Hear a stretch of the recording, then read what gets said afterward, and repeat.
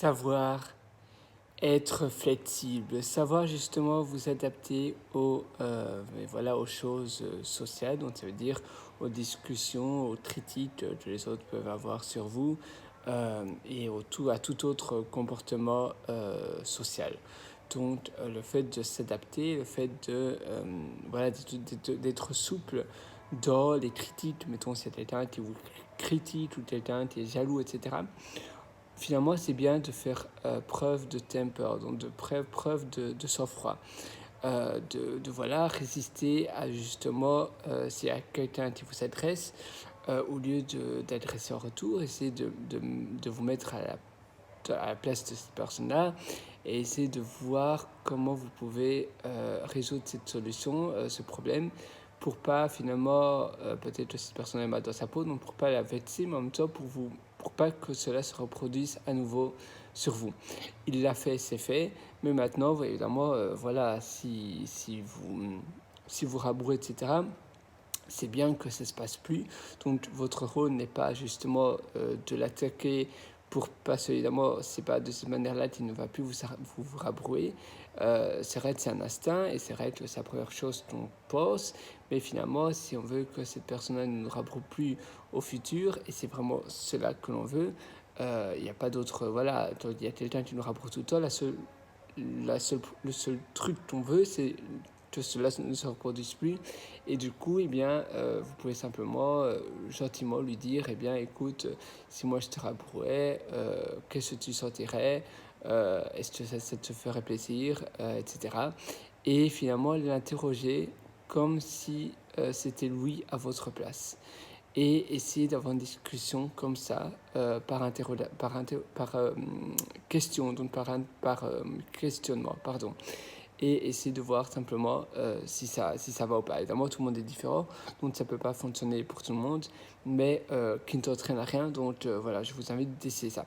Et en fait, il y a mille et une solutions. Ici, c'est simplement un bête exemple pour vous donner l'exemple, s'il y a quelqu'un qui vous rabroue, etc. Mais il y a tellement d'exemples qui peuvent s'appliquer sur la souplesse sociale, sur voilà, être souple et finalement prendre tout un peu comme un jeu. Et il y a beaucoup trop de personnes qui prennent tout trop au sérieux, comme si voilà, ils étaient atteints, et comme si c'était la fin du monde, etc. Et c'est pas de cette manière-là que ça va fonctionner. Et parfois aussi, ils veulent qu'on les regarde, ils parlent tout le temps de eux, ils veulent être aimés. Et à nouveau, c'est pas la meilleure solution non plus.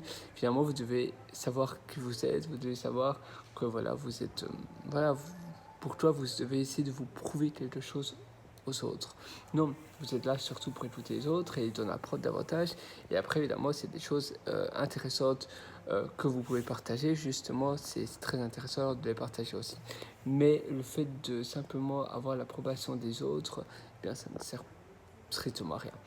Donc voilà, je vous invite vraiment à essayer ce principe de la souplesse de la vie sociale.